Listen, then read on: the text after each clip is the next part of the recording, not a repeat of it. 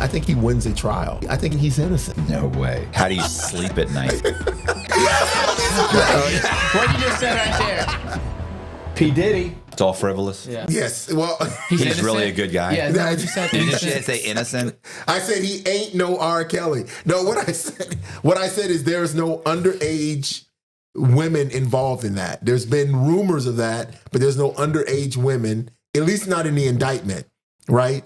And so, What happened to your shirt? You had another shirt on, didn't you? The one that says "Free Diddy." yeah, I did lose it. Not the sweet guy that everybody thinks. And that shirt on the back says baby oil. But Yeah, look, see.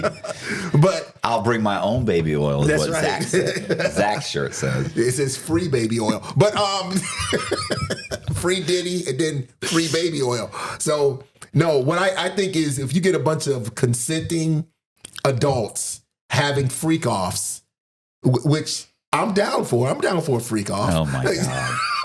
There's a mental picture for you. Thank you. I listen. It would be 60. Yeah, freaking off. It would be 1970s music too, like with the big. Well, not you, but the other people would have big afros. Yes. You wouldn't. You'd be clean shaved. No, I'd have a big afro. You could get a Yes, wig. That's right. But so I think a consenting adult having a freak off is not a federal crime. Look, sexuality is. Isn't it funny? You can film a, but you can't pay, and you can pay both parties, but you cannot pay a woman or a male to have sex. Correct. But you could. But I could hire you to have sex if we video it. And so what happens to the guys that pay men to have sex with their wives?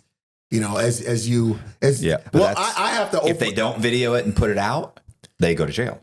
They get charged. But if they videoed it and they put it out on their OnlyFans, then it's just it's acting.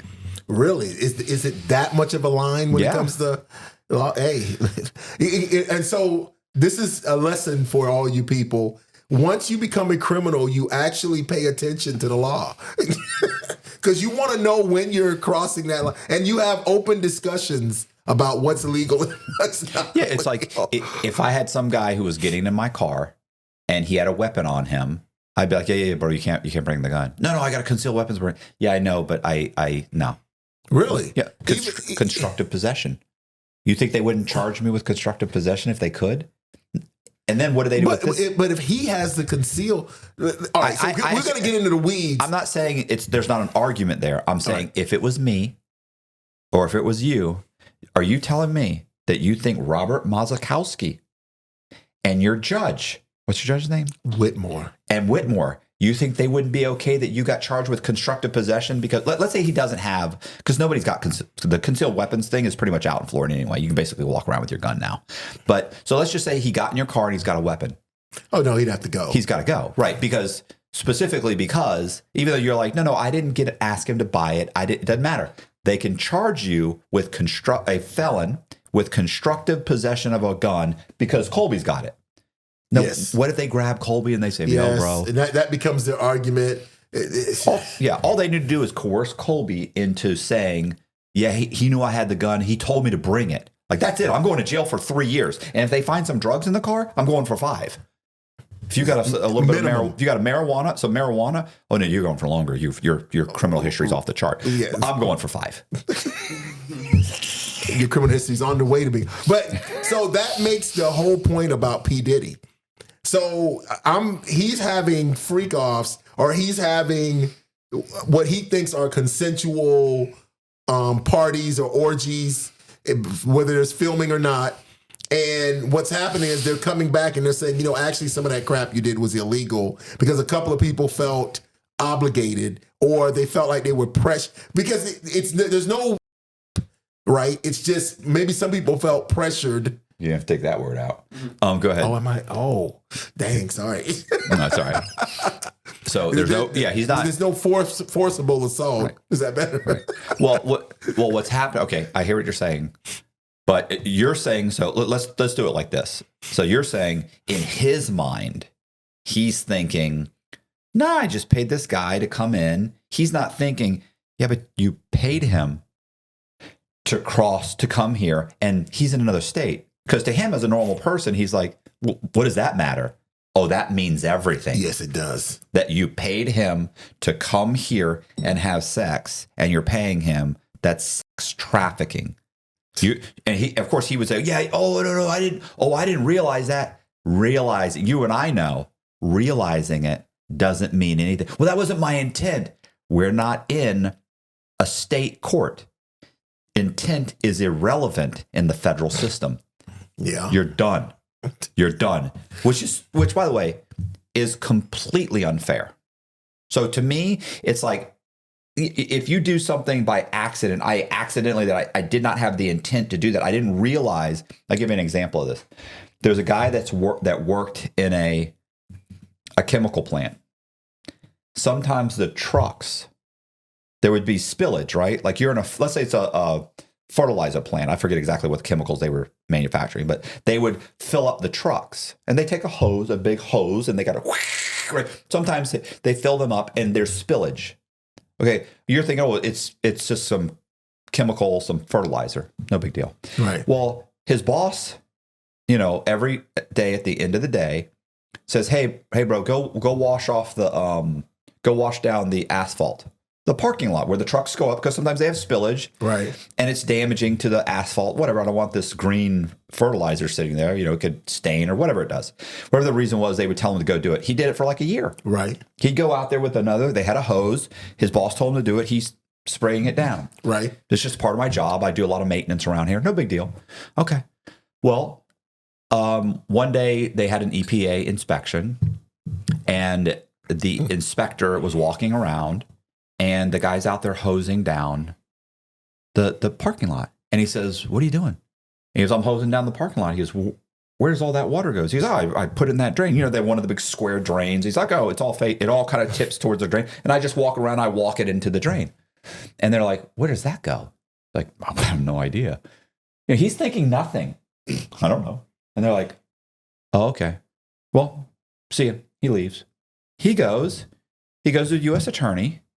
He says these guys are disposing of pesticides or fertilizer, whatever the chemical is, this highly toxic fertilizer into a drain.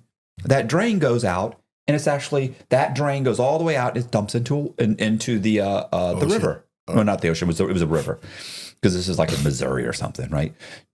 Now, because the drain is set up for rainwater. No big deal. So maybe a week, 2 weeks later, 3 weeks later, they go out and they take pictures of the guy doing it. They watch him for a little bit, and they arrest him.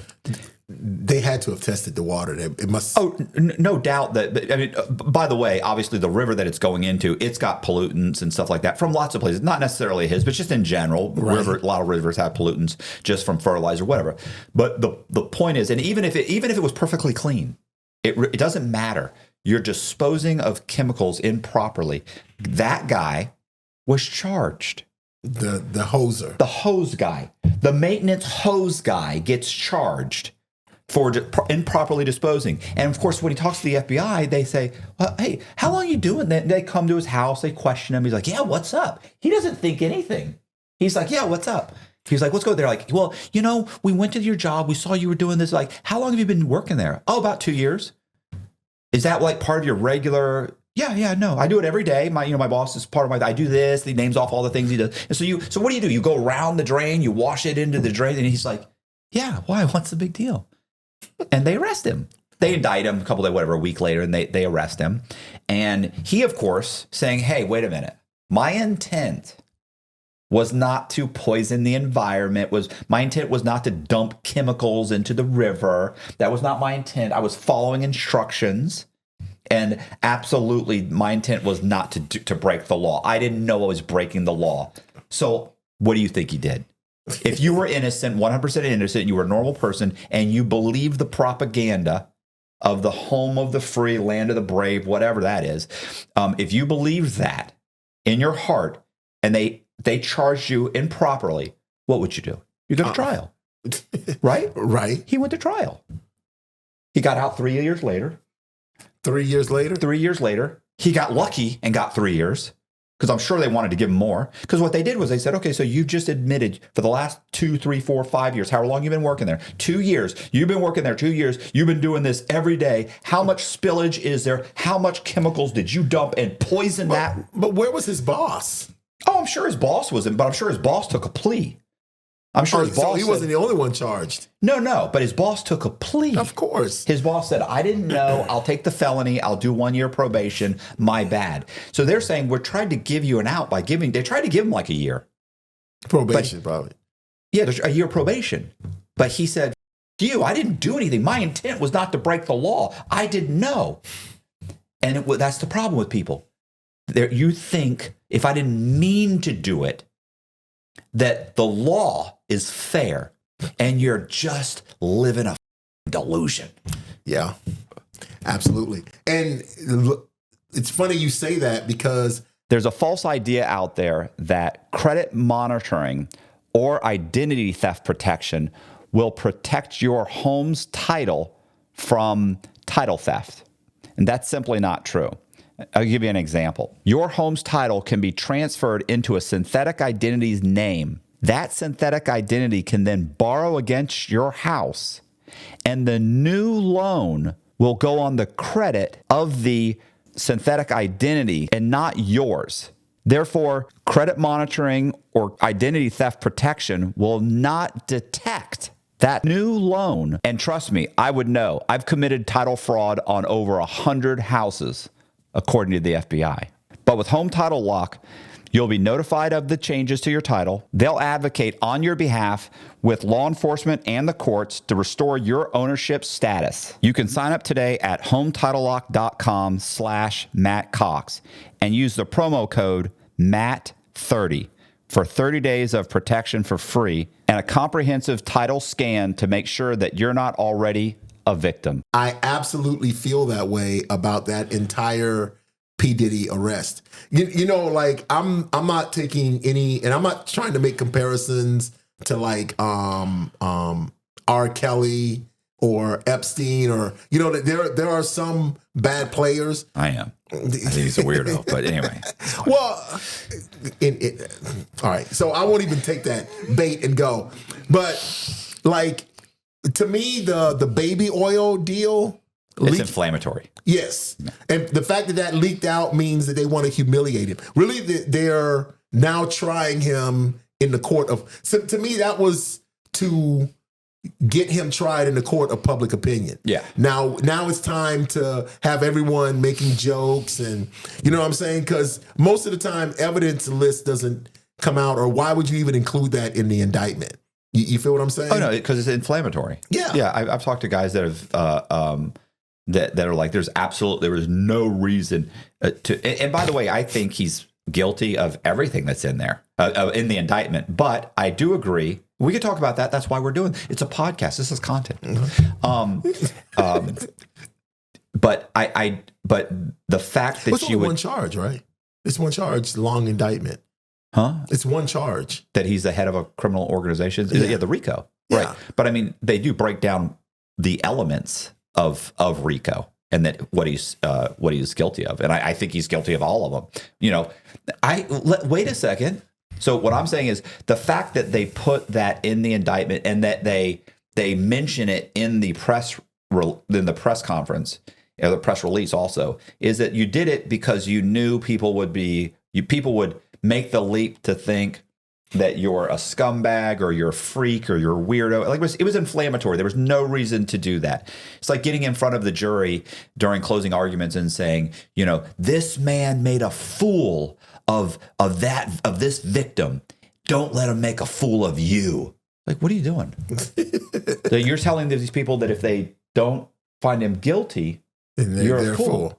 Like, it's inflammatory. There are certain things that are just inflammatory. You don't say. It's irrelevant. It's not. You're supposed to lay out your case. You're not supposed to try and inflame me or make me angry, and make me make a rush judgment. It's like being in your closing arguments. Suddenly they start mentioning, well, you know, he's a bad person. He's done all these horrible things. Yeah, but he's not charged for those things. He's charged for this. You're bringing that up to make me angry at him, so I'll convict him on this charge, which, by the way, at trial, you didn't prove. You just brought up all this other stuff. Red Bull, my buddy Red Bull, one of the things they did to him at trial, they sit him on the stand for like almost a day, I think. And they go over every check he'd written over the last couple of years. So this check when you went to Vegas, you had dinner at this restaurant. Like, how much was that? Like, this is $900. You spent $900. How many people were there? And he goes, well, it's just me and my wife. You and your wife spent $900, and he's like, bottles of wine, bro. Right? And they're like, well, yeah, we had this, and oh, okay. Well, I have a question. You wrote this check for here. This is $600,000. What was that for? And he's like, I bought a Rolls, or I bought a whatever, Rolex. a Bentley. Like, I bought a Bentley. He's like, they're like, oh, okay. Well, did you trade in a vehicle? Well, what was that vehicle? Well, I mean, I didn't trade it in. I had a vehicle. It was a 750 series. What was wrong with that? Well, nothing was wrong with that. Did you sell it? Well, no, I gave it to my. I have 2 cars. Right. I gave it to so and Bentley so. doesn't take trade-ins. And he starts talking about his oh, how much is your mortgage? Oh, okay. And it's whatever. It's $10,000 a month. He's like, $10,000 a month. They're like, how much is your house? They're like, well, it's a $3.5 million house. They're like, so it's only $10,000 a month. Well, no, I mean, I put money down. I don't have a big mortgage on it, because you're sitting there saying, I don't have a big, your mortgage is $10,000 a month, but you don't have a big mortgage on it. No, why? Because I put $1.5 million down on the house. It's like they spend all day going over all these ridiculous fees that he, paid $30,000 for this, $40,000. My vacation was $40,000. This vacation was this much. You're talking to a jury that they weren't even smart enough to get themselves out of jury duty. And these are people that work at, like, he's like, literally, the people on my jury, like, one guy's a busboy. There are people on the jury that are unemployed. They're busboys, they're secretaries, there are people that are struggling. And he has me blowing more than their life savings, more than their entire, what they make an entire year, on a vacation, on a 3-day vacation. He's like, look, after 5-6 hours of that on the stand, he goes, it's devastating. So then you turn around and you do your closing arguments. They hate my guts. He's like, when I was leaving the courtroom, because he had gotten bond, when he left the courtroom, he said, I actually passed one of the jurors.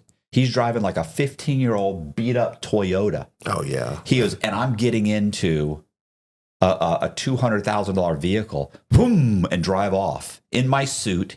He's wearing a 5 or 10-year-old beat up T-shirt and blue jeans. He hates my guts. And you only did that to make these people hate you. That's it. It's completely inflammatory, and the government lets it happen. I mean, the court lets it happen. All the time. So I'm sorry. Go ahead. Those are just 2 examples of.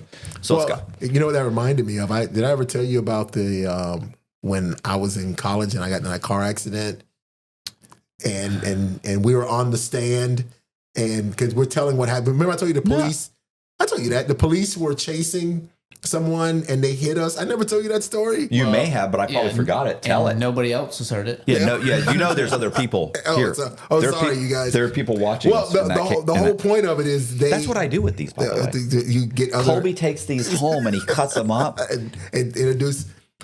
I'm gonna make this as quick as possible.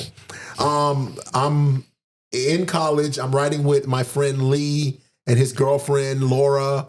And I'm in the back seat and we're riding along and we're talking and laughing and making jokes. The next thing I remember is ambulance driver telling me, try not to move. How'd you get in the back seat? I was in the back seat, yeah. But no, because I'm looking up at him. The car is sideways. I understand. And he's telling me, try not to move. So they're lifting me out of the car and I'm like, what the hell happened? Long story short, we got hit by a police car that was on a high-speed chase without the sirens on, because I guess the strategy was to make the person they're chasing think that they're not after them anymore, come along a side street. Right. And they ran. Anyway, whatever happened, because I didn't see it, but according to Lee, is they saw the car, they're at a stop sign, and as they're pulling out, the car is zooming along, and he tried to turn, and the car sideswiped us and flipped our car 3 times, the police car. Anyway, long story short is they offered us like we got a lawyer, and as a settlement, they offered us like $10,000 a piece. Right? No. Exactly.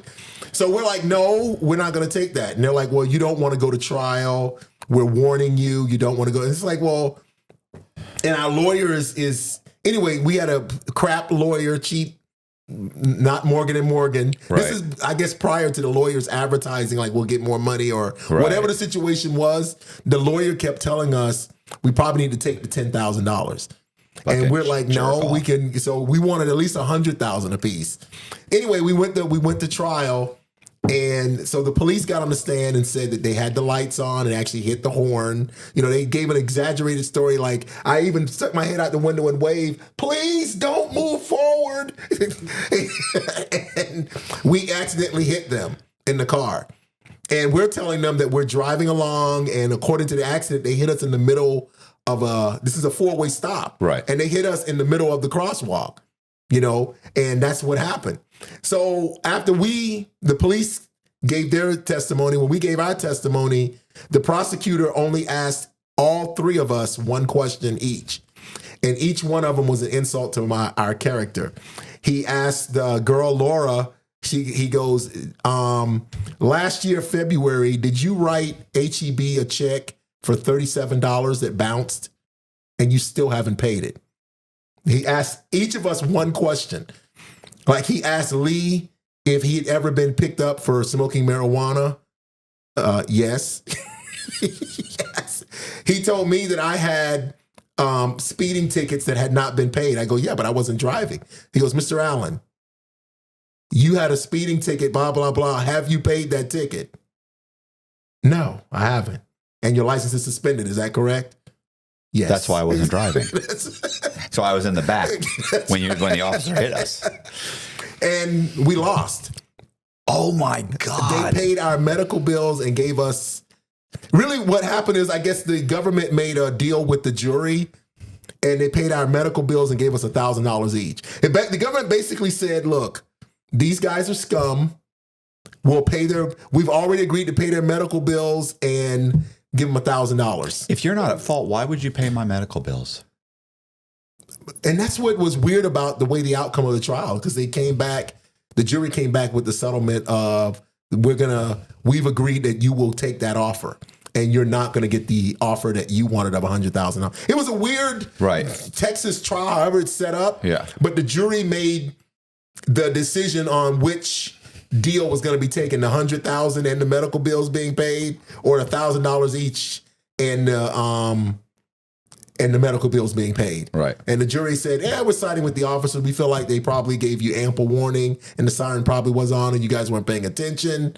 You know, basically, we don't believe you, we believe them. Right. And boy, it's too bad that would have been a different outcome if they'd had cameras back then. That's true. That's true. But they'd have seen you in the back waving. Hey, he's out of the car. Don't hit us.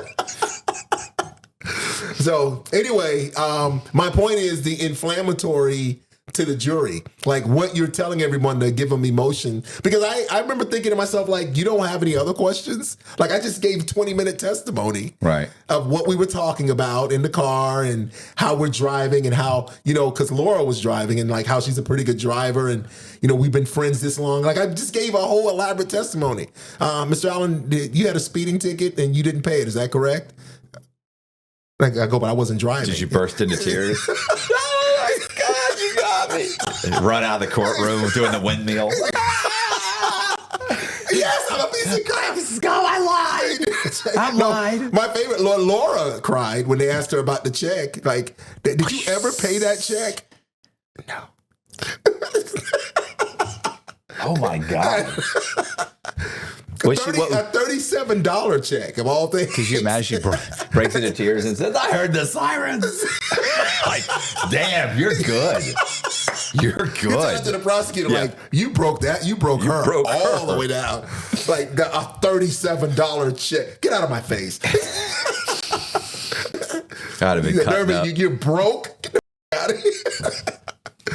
But yes, inflammatory. I think the baby oil, the mention of the baby oil is all just to make people think less of him to promote the thought of guilt. Right. So what makes you think? Because when I look at, first of all, this guy's a record producer, right? And he does a lot of side businesses or promoting. He's a record, or I would say he's a promoter / producer. Right. You know what I'm saying? So promoting events or promoting products, whatever he's doing, he's promoting it. Right. You feel what I'm saying? Yes. All right. In my mind, all celebrities have freak issues. Sex becomes to them like eating.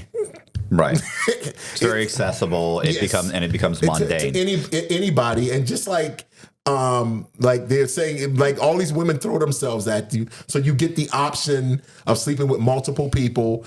Each celebrity, I mean, in that level of life, sex is just, it's part of the reward. Yeah, I think that's what Wade was like. You know, like first it's like, hey, have a twosome. Then it's like, I'm gonna have a threesome. Then it's foursome. Then it's like, you know, you just like they become what's the word? You know, you become numb to it. It's not numb, but yeah, you become numb to sexual gratification because it's so accessible to you that your sexual habits become more and more outrageous. Yes, and I told you that about my friend Chris Witecki, who when I was in the America's Most Wanted, not prison, America's Most Wanted. I walked in the cell one day. What the hell is going on? When I did the America's Most Wanted video. Oh, okay. And you knew about that, right? When I played the Knockout Bandit. You know who doesn't know about that? Come on. I know I told you this. I don't remember that. What are you talking about? God. You did an American Greed? No, an America's Most Wanted. I did a reenactment. I literally heard American Greed. Oh no, I did a reenactment. Did you said America's Most Wanted? Okay. Sorry. I did a reenactment for America's Most Wanted. I told you this. I know I did. A reenactment. Yeah, it was the Knockout Bandit. Come on, man. You've got you got a whole nother life going on. Well, I did. I thought I had listen, you're locked up with some dude for like 3 years listening to him all tell the same stories. At some point he starts repeating them and you think, okay, he's out. I know everything. Come on, man. I know I told you that. Tell me anyway. Tell me. I get old. I forget shit all the time. One of my closest friends, her name was Jennifer Daly. This is back when I was in college. She married a guy. So it was before we were best friends. Yes, okay. Before. She married a guy. You don't still talk to her, do you? No, I don't. I often wondered about her. Okay, good. Like there's a lot to go. All right, so jealous. She married that's how Jess is. Like she married a guy. Do you still talk to her? She married a guy that was a director, and he became one of the, I think it was 14 scene directors for America's Most Wanted reenactments. And what would happen is they would present them with a crime, and it was their job to film a reenactment so that, I forgot what the guy's name was. For like the B-roll as they're talking. Yes. And they had to stop showing their faces because people would call in the actors. I've heard that. I've heard that before. The guys I was the one that told you that. No, I maybe I heard this. Yeah, you have heard this story. Tell me again. I played the Knockout. There was a Knockout Bandit going all up what is it? I-10. Okay. He was driving up I-10 and he would go into the stores and he would pay with give him a 50. And when this is before the plexiglass, and when the cashier would ring up the 50 to give him change, as soon as the drawer opened, he'd punch him and knock them out. They showed me videos of this, and I did the reenactment for it. Chris was the director, right? And he had me play the Knockout Bandit. That's basically all it was. Right. I did the reenactment. I did 2 of them. I was a victim in one, and I was the perpetrator, but I was a Knockout Bandit. Anyway, and they caught the guy, by the way. So I'm like, hey, successful. But when he films to me, that's a 5K. That's a 5K. Yeah. Did you try and do that? Your Honor. This was way earlier. Your Honor, I need a reduction. That's a 5K one. Yeah, and I was part of the reason is I was part of the filming now when they couldn't show the perp's face. They would show the cashier or the victims the reenactments of the victims, Right. but the perpetrator, they would never show his face. So they just show like he was a black guy. So they'd show me like chin down and walking in, and they'd show me standing there. You couldn't really see me. But anyway, I say that to say he was doing reenactments for America's Most Wanted. And he was having so much sex, it was unbelievable. Like women were, and all he would pay is I'm like dying for this to how this ties in. So what because he's one because he's kind of like a producer director. Yes, and he's got all these people he can hire. He's got a budget. Well, he's in Hollywood. Actor. Yeah, he'd select the actor for just the reenactment. He'd only pay like $1,000. Right. But the women, anyway, he picked 2 women and he's like, I want you to have sex with my friend. They're like, yeah, of course, yeah. But he was married to my best friend, and I did it anyway. But my point is... Was that on video? No. I hope not. But my point is, Hollywood brings in lots of sex. Lots of sex. And that's what he was telling me. Like, as we're going home to his wife after us having sex with 2 girls that came in for the interview, when I'm hanging out with him. That is a very Harvey Weinstein. That's a very Harvey Weinstein. It's also a very good hook for TikTok. I was going to say, by the way, you're not just skating by that. I know you want to, and so he was going to have something, and we say, yeah. So anyway, no. Yes. We're bringing that back. Yes. So how often is this happening? For him or for me? Listen, he lived in California. He flew me out there because he wanted me to do the Knockout Bandit. Like he interviewed a couple of people, and he just told Jen, because I had met him when they got married, and we talked, we had a good time. I made him laugh. So he told her, he goes, hey, come on out here, man. I want you to play this part. He goes, as soon as I saw the video of the crime, I thought about you. I want you to play it. So he flew me out there. So I was out there a week to film it. A week? And you got $1,000? Yeah, but this is like in the 90s, bro. Oh, okay. But I got a free trip. Yeah. And so I hung out with him at the little studio and in the daytime because she worked, and I just hung out with him. And he was every day I'm kind of like, it's just falling out of the sky. Yeah, I'm like, damn. He's like, hey, he goes, that's how Hollywood. He goes, bro, this is how Hollywood is. Bro. And he goes, all these women will do anything to get on camera. And he goes, I take every opportunity. That's what he's telling me. And I'm like, whoa. That's horrible. I'm like, dude. And he's like, you know what? He goes, I'm going to get you laid. So the next interview comes in. He's like, sleep with him. Yeah, of course. And I'm like, wow. Just like that. Just like that. Grab him by the... Unbelievable. So that is the image I have of Hollywood. When you're talking about P. Diddy, who's a billionaire producer known throughout the world that can promote a liquor up to like $100 million worth of sales. Of course, if he's paying people $1,000 for a reenactment and he's every day a different girl, like I was up there like 4 working days and I'm like, damn. And he was fast. He didn't even take a long time. He'd be like, let's go do this. And they'd go off in a room. And then I'd look off and I come back and they're coming back. And he's like, hey, that was great. I'm like, wow. So how is it? Okay, so let's get back to P. Diddy. Okay. So you're saying that basically because sex is so overwhelmingly accessible to him that eventually it's got to be 2 girls and then 3 and then that's part of the culture, right? Like what I've noticed is it's absolutely understood. Right. So in his mind, and I'm not saying every woman does that because I'm sure Julia Roberts, probably got to a point where she didn't do, but I would, I would imagine getting in requires putting out. Well, I mean, yeah, the casting couch. You can't get in without putting out. That's the casting couch, right? Right.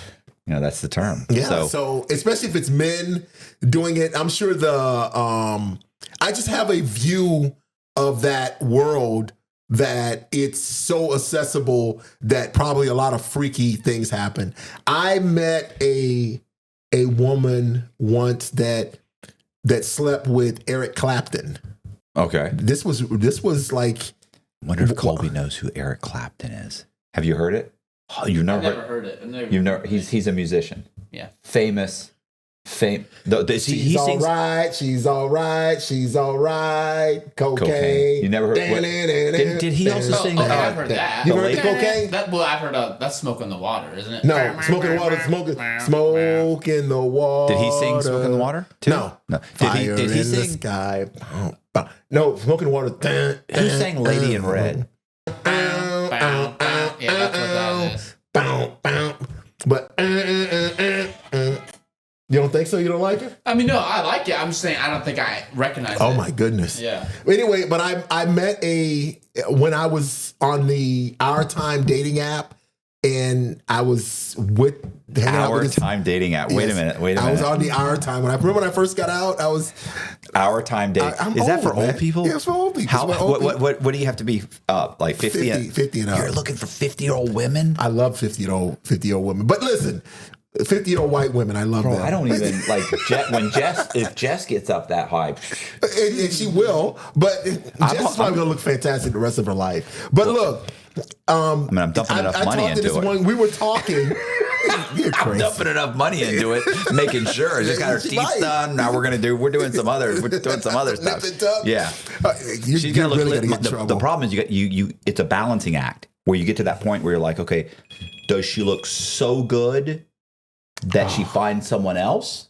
You got to be like, you got to get to that point where she's like, okay, well now I'm thinking about getting my boob job, a boob job. And you got to be like, listen, baby, perk them.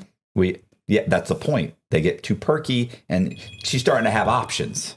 You don't want her to have too many options. Pause it, because let me answer for. You were trying to say a story about this dating app. What was it? Oh, I met a girl that told me that she slept with Eric Clapton. Yes. Yeah, that was the story that you wrote. Right. Eric Clapton. Got it.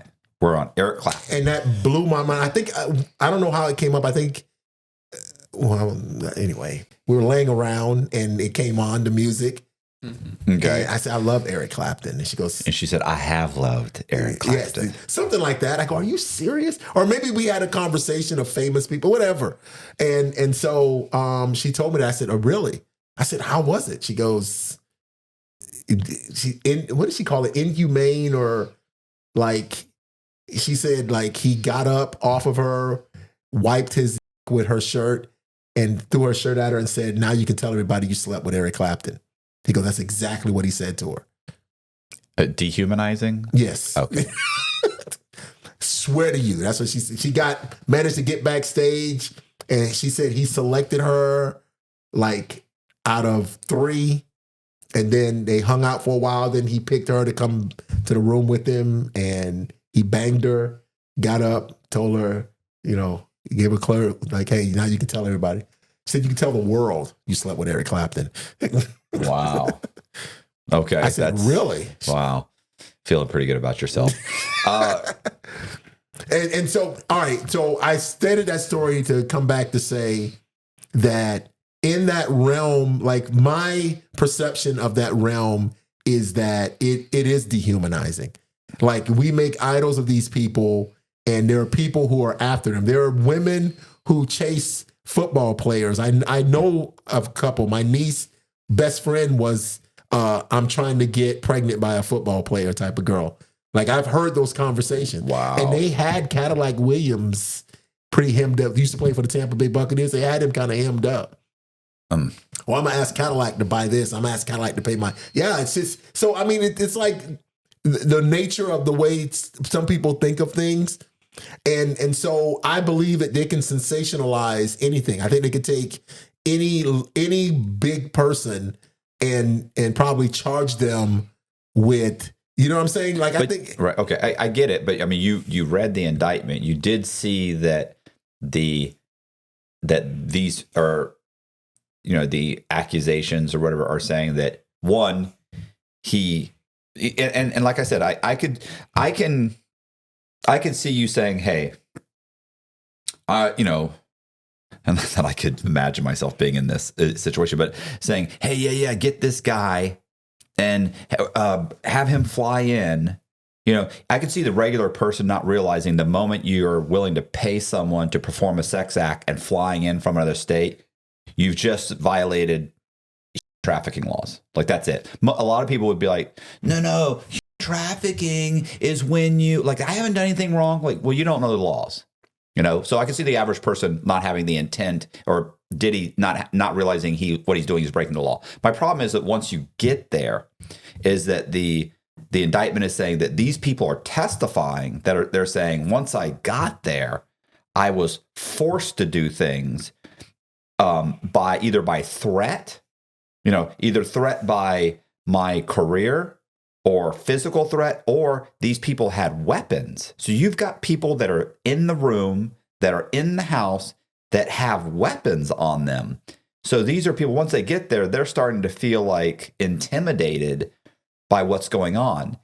To me, I think the intimidation factor is an issue, because if you're a woman or you're whatever, a gigolo or whatever, they still use the word gigolo? Yes. Anyway, so if you're a male sex worker, so you're a gigolo and you flew in and you feel intimidated, or maybe you say, hey man, I want to leave, or look, bro, I've been here for a day, bro. I got to get going. Nah, man, you're not going anywhere. And some guy's sitting there with a gun, then, or even if he's got it just in his belt, you might feel like, I don't know how bad this is. Like, where am I? Like, there's a whole group of guys, 7 of them have guns. This guy's playing the director, and I'm starting to feel, we've been given drugs. To me, that's where it's like, okay, this is it's more than coercion. You know what I'm saying? It's threatening. At least that's what the indictment is saying. Correct. You have to allege that you have to assume that what's in the indictment is I hear you. Okay. Semi-true, right? Embellished, maybe. But I mean, and it may be embellished. But the problem is that I feel like when they indict someone like Diddy, they're thinking to themselves, like, people are like, why did he get away with this stuff for so long?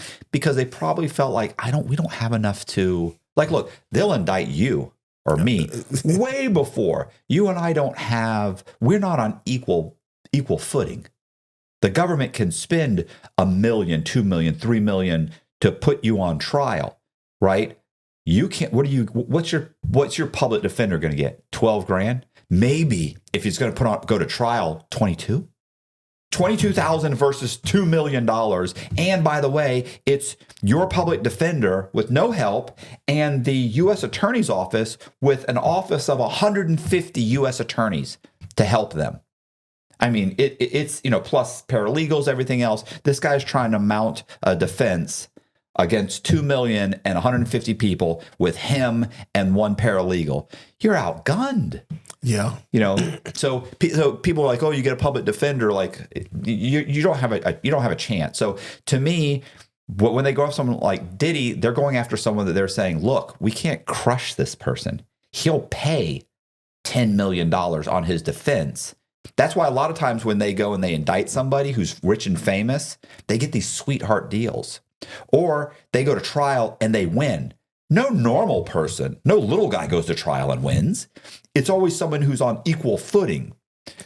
I mean, as far as money is concerned, I get it. The laws are tilted in the government's favor. I understand all that. I'm saying as far as money and manpower is concerned, then it's like we're on equal footing at that point. Now, is the law more geared towards them? Yes. So to me, but when they go after someone like Diddy, they've got to think, hey, we got 8 people that are going to say this happened. We have, we raided his house. Right. After we raided his house, we feel like we got enough video that supports our claims. And so what are we going to do? Now we're going to indict him and we're going to try him. The problem I have with so I believe that everything they said in the indictment is true. It's inflammatory, but it's probably true. The problem is, can they prove it? Now, here's the difference here's the thing. I think they can probably prove it with testimony, but testimony is, you could easily coerce witnesses, right? If you think I can't get 8 people, if I was the government, I can't get 8 people to say that tonight or that 2 days ago, you were at a deal where we whatever, we sold, 10 pounds of, or 10 pounds, sorry, 10 keys of, oh, I can easily, I'll get 8 people they're currently in jail. Right. And then when we arrest you, I'll get 4 more people that say you were in jail, that you told them you were there. Right. I'll have 12 people in the stand saying, not only are these guys there and know he was doing it and he's been selling it, once he went to prison, he bragged about it. We've got his roommates got to say it. So they'll get you just on testimony. That's a done deal. Do they have text messages and all these other things? I think they probably have some of that, but mostly it's probably testimony. I think that's how they'll get him, because he's thinking, well, we're gonna despair, or we're gonna make disparaging comments, and we're gonna go after these people's reputations or their character and that sort of thing, and maybe we can get a deal. That's how they're the only real fighting. And of course, they're going to say more people are going to flip, because probably a lot of the people that Diddy's probably thinking is okay, because he's thinking, yeah, a lot of the electronic communication, I wasn't on the phone texting the male prostitute or the female prostitutes or females to come to my house to do anything. I didn't do it. I told Johnny to do it. Johnny did it. Now, Johnny's going to get on the stand and he's going to say you did it. But they're thinking, well, he may have said, hey, man, get some people up here. Diddy didn't know that Johnny was going to call a male prostitute. He didn't know the guy was in another state. He would have never done that. You see, they might try and do that, because I don't think he's on the phone doing anything. I don't think he's texting anybody. So he's probably thinking there's some play there. There's not. You know what I'm saying? He's done. They're going to put him on there. It's going to be done. He's going to fight for the next 5 years. I kind of think he'll win, but I would love to see this happen. I don't think he's going to win at all. I think. I think if the case was strong, then you wouldn't have inflammatory crap. You wouldn't. And I agree with this. I think if they had stuff directly tying him in, they would have put a lot of that in the indictment. Yes. Because Mayor Adams in New York, his indictment, they got excerpts from all kinds of different transactions. They've got excerpts. They have very specific things in the indictment. I think that's lame too. But I don't know what's up with the indictments now. I'm like, usually I believe them. Usually, it when something grabs me wrong, then because we know how they exaggerate. Right. You know what I'm saying? So when something grabs me wrong, I think usually my feeling is right. I kind of think for him, it's just a whole lot. Listen, I've had long distance relationships, and I've flown girls in from another state to have sex. Right. You know what I'm saying? So, I mean, is that sex trafficking? No, it's not, because that's it's consensual, and it's a relationship. All right. So if I fly you in to have sex, or I'm going to pay you. When you come here, I'm going to give you this. You know what I'm saying? And I'm bringing you in, and me and a couple of guys are going to have sex with you. I mean, it just... I don't like that we're using me in this situation at all. My whole point... Throw a little bit bass in my voice when I answer that question. You know what I'm saying? I always thought the sex trafficking was for minors. Rarely do you see it for adults, and so when it comes down to adults, people can, and then what happens is you have to prove that, like, at some point you felt like you didn't have a choice. You feel me? And it could be the point to where when I'm done with you, I wipe myself with your shirt and I say, hey, congratulations. And then you're like, whoa, now I feel like this was, well, it wasn't when, you know what I'm saying? It just... Sexuality is to me is very bizarre, and it can be twisted into a bad situation whenever maybe one party feels bad, But yeah, this is a bunch of parties and a bunch of actual get-togethers and gatherings, and maybe some sex offs and some orgies. So I'm sure there's a lot of people who felt like, I don't think I really got treated right, or I think that $150 could have been more money than that to do what I did. Well, I think that the casting couch thing is like women. Let's assume, that it is a norm in Hollywood that they go and they're willing to sleep with someone that looks like Harvey Weinstein in the hope that they get the part. Well, what happens when you do that 2 or 3 times and you haven't gotten the part? Then you get to a point where it's like, you know what, I'm sick of this. Like, these guys are taking advantage of me. It's so funny too, because like, you could argue the fact that, you're also taking advantage of. You know what I'm saying? Like, you're willing to have sex to get the part, not because you necessarily earned it, but you're willing to. So, but let's put that aside. Let's assume the guy has the power, the girl doesn't. Or either way, the woman has the power if she's the producer and the man doesn't. Either way, one person has the power, one doesn't. One is coercing them to have sex to get something that then they never provide them. Well, in that case, eventually you get to a point where if something happens, the person that feels they were taken advantage of is more than willing to trash the other person. Right. Because I feel like this person coerced me. They had control. They had the power. I had no power. I did everything they asked me for. I was expecting something. They did not provide it to me. And, and now I'm in a position to cry, or sexual harassment or whatever the case may be. I'm willing, and I'm going to do that because this person's a scumbag. So f- them. So, and that's nothing. That's just out of spite. That's not even if they have something on you. Like if they catch people that have drugs on them, we're going to charge you with the drugs. Or do you know anything about Diddy? Because we saw that you were at this party. You saw that I was at this party. You just happened to pull me over 10 miles away and find drugs on me. You just happened to. Right. And now you happen to remember, oh, yeah. Is it possible you were following me? You targeted me? Of course. Right. So, but there will suddenly, if they feel like they had not been taken advantage of or coerced or forced to do something, now they're starting to think, maybe I was, maybe that box, maybe that prescription of Oxycontin or those ecstasy pills, maybe we can let that go. Maybe we don't have to charge you. Right. But let's talk about this, because that's how it works. It reminds me of that book Snitch, when they were talking about the American system of justice is no longer seeking justice. No, seeking wins. Yeah. And so that's kind of how I feel about this. By the way, I don't think it was ever there was ever justice. It's always been an adversarial process. It's always been described as an adversarial process. Right. The problem is that America is so good. And the thing is, I love this country. I think that everything bad that ever happened to me, I brought on myself. Right. And I think that everything good that has happened to me, I think is because I'm in a country that I have an opportunity to do those things, and most people don't in other countries. But I do also think that the marketing for this country is amazing. Yes. Like they're locking up 1% of society. They've got laws that can lock you up for anything. Yep. They can take your free. They've got you convinced that you have this amazing freedom. And there are other countries that have tons more freedom. Like there's, what I'm saying? The marketing of America is phenomenal. Like, I'm not saying it's not a great. That should be a podcast itself. I could go on about that. I'm not saying that I don't love the country and that I don't think that we do have amazing opportunities, but damn. Well, and you're right.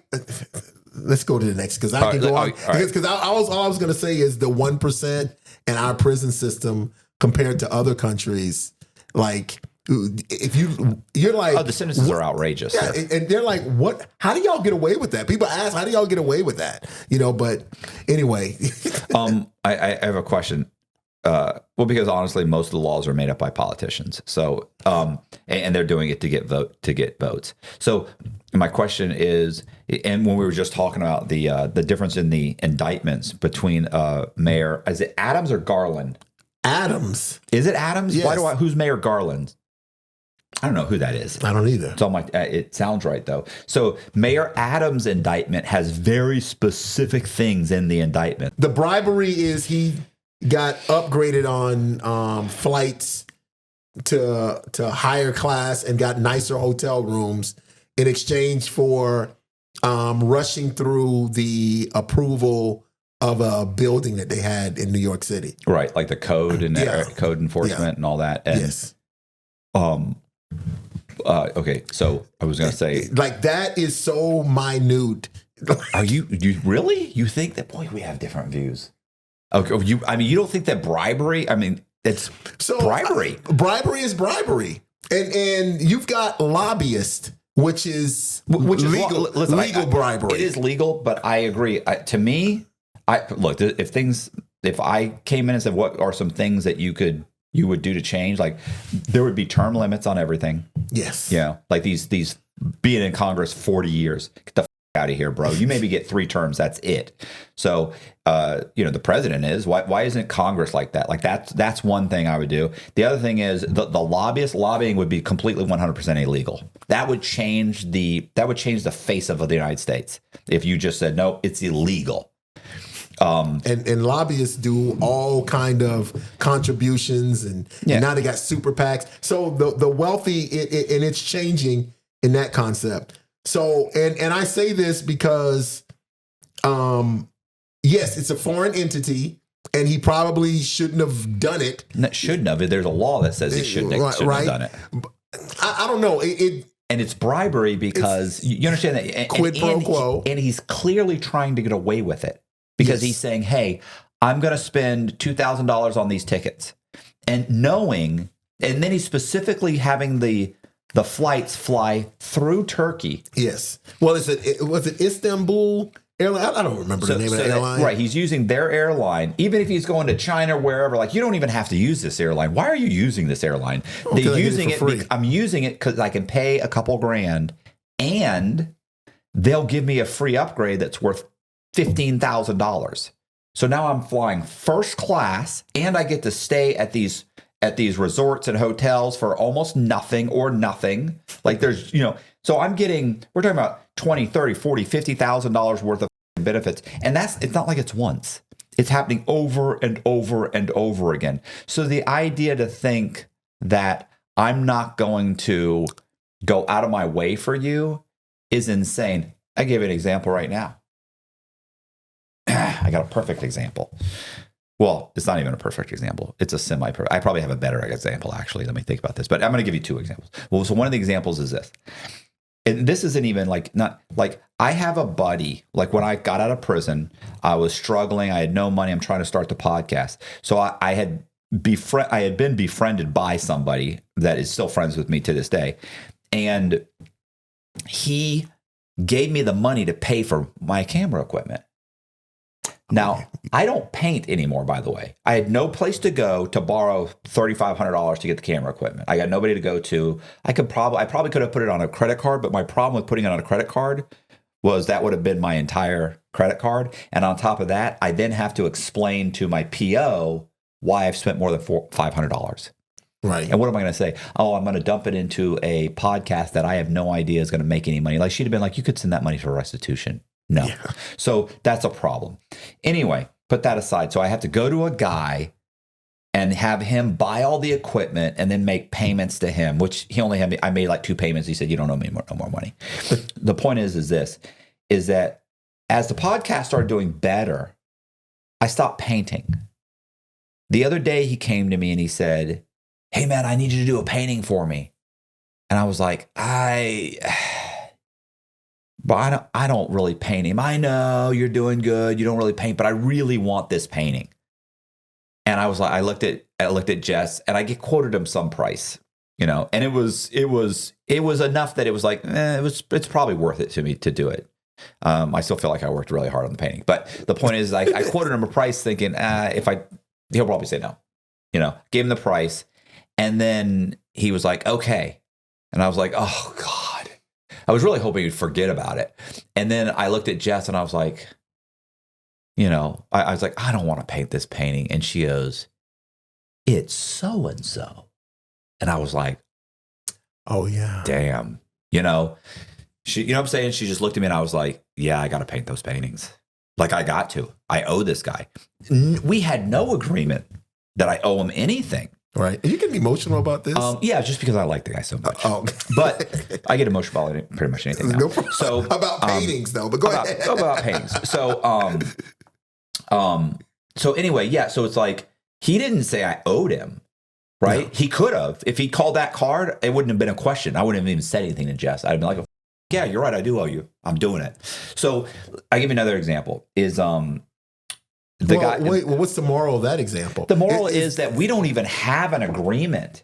And and honestly, he didn't give me $50,000 in upgrades. He didn't give me this is a few $1,000s. Right. This is not. And he was paying for the painting. Like you quoted him. It's not like you're like, hey, I'll just do it for you. You quoted him a price And he's like, yeah, okay, I'll even pay you that. And you're like, oh, damn. Yeah, I still don't want to do it. It's a pain in the ass. You know what I'm saying? It's like, but the point is like, it's kind of like but with, Mayor Adams, he knew this was coming. He knew these people aren't giving you this money. And that we're not even into the campaign violations, right? Right. Because let's face it, Turkey's not giving you $50,000 or $100,000 or $200,000 or however much, how God knows how much. Do we even know how much money they gave him for nothing? Because Turkey wants you to be mayor of New York because they like you? Well, if you became mayor is what was the deal. What was the second story? The second story was Kevin White. Oh, so yeah. Kevin White. Go ahead. What? So Kevin White was a guy that was running for. He was running for councilman. He became a commissioner, but he's running for. So this is a guy that I knew that he's running for the city council, and he's running for his little district. And when he came to me and asked me for a donation, his whole campaign was run off of like 30,000. I gave him like 22,000 of the 30. Wow. Yeah, and he still had like 5,000 or 6,000 when he was done. He didn't spend all of it, but I gave him all the money. And it's funny too because when I gave him the money, I was like, so you're saying that this much and you'll win? Like this is what it's going to take to win? He goes, yeah. He said, oh, absolutely. This will put me. I'm tied right now. This will put me over the top. Like my competitor doesn't have the means to do anything. And I was like, okay. I said, you understand? I said, this isn't a gift. I said, we're trying to. It was very clear. So we're trying to rezone all of my single family properties, and he's not the city councilman in my district. So I'm concerned about that. He's in the neighboring district. And I said, so they're all in this district. And I said, I'm giving you money. You're going to get elected. I said, you can help me get these done. He said, let me explain the way it works. He said, I'll just go to the councilman at your district and explain that this is what I need to have done. He said, because if he doesn't do it, then he knows if he ever comes to me and says he needs something from me, he's like, I'm not doing it. I asked you for something very easy. All you had to do was vote that way. He said, keep in mind, it's all of us voting. Like I can guarantee my vote, but I'll get you the other votes to get it done. Right. He said, I said, we had like 100 vacant properties. They call them unimproved properties. We'd have 100 vacant properties that were single family properties. So that are all worth maybe $10,000 right now, maybe 15, depending on where they are. Is it how much square footage is? But if we could get those zoned multifamily, they immediately become worth not even double. Because I can, instead of a single family, I could build a 4-unit on some of these. Most of them are 2 and 3 units, but some of them are 4 units. That thing's worth at least 4 or 5 times because it's no longer a single family home dwelling. It's now buildable for an investment property. So it goes up even higher, right? Like it'd be almost like rezoning it commercial. It's like, oh my God, like the rent just quadrupled. Anyway, we had a very clear discussion with him, and he took the money, ended up became city councilman, parlayed that into became a county commissioner. And as county commissioner, and keep in mind, he's not in charge of really much of anything, but he actually was approached because he'd taken money from other companies. One was supposed to be, the FBI told me they believed he had taken contributions from Rooms to Go to get them and worked on their behalf to get them zoning issues. But so they approached him about by a tow truck company where they said, look, we want to get the tow truck contract from the sheriff's department. He is not in control of that, by the way. He has no control over it. I don't even think he had a say in it. He didn't have a say in it. Not only did not have a say in it, he didn't have a say in it. Like he's not in control. He can't make that decision. He still pitches it as if he does. And he ends up, now they didn't I think they gave him a few, they barely gave him anything. Like we're talking about maybe, I'm going to say $1,000. But what they did was they took him out to dinner a bunch of times at expensive dinners, $400, $500, $600 dinners. They also ended up buying his father an SUV. Wow. There's 20 bands. Right. They're doing all of these different things for him. Nothing's directly to him. So they know how to set it up so that his hands. So what am I doing? I went to dinner. What am I doing? Like, I don't know what my dad is doing. Right. Anyway, so he ends up getting he gets busted for that, and he goes to trial. Goes to trial and he loses. Nothing went to him, by the way. There's nothing in his name. They had they did have a wire on him where he was talking about, and he did end up saying like I'm going to do everything I can or I'm going to get you that contract. Trust me, I can get you the contract. Even though he couldn't. Could he go and ask somebody about it? Yeah, and that contract's worth a lot of money because every time they need a car towed, they call you're the tow truck company. Listen, and the kickback from that is probably huge. And that's my whole point is what you just said. Like that is dealing with Kevin White. Is that what his name? His name was Kevin White. Yeah, dealing with Kevin White. Didn't you just see that as SOP, standard operating procedure? I did see it, but I also felt it was very illegal. I knew it was illegal because and for Mayor Adams, what he's doing is, well, he's got a foreign country. That's my issue with it. The foreign country is an issue because foreign. What's so about the United States is that like we'll say like, oh, the Russians and they're meddling here and they're meddling here. Oh, because the United States doesn't meddle in other countries. Oh yeah, like geez. What are you talking about? Oh yes, they've paid to sway elections. And they've overthrown governments and stuck people in there. Yes, come on. So, but anyway, but that's my only issue with Eric Adams is the fact that it's turkey. If it was just some jive turkey. So bad. If it was just some guy that was paying and upgrading, then I'd be like, look, that's SOP, to hell with it. But the fact that it was a country, I guess the problem I don't have with it is it's just a building. It's just getting a building inspected. It's not really. Yeah, but for all we know, that building didn't meet fire code. For all you know, that building burns down in 2 years from now and 100 people end up dying.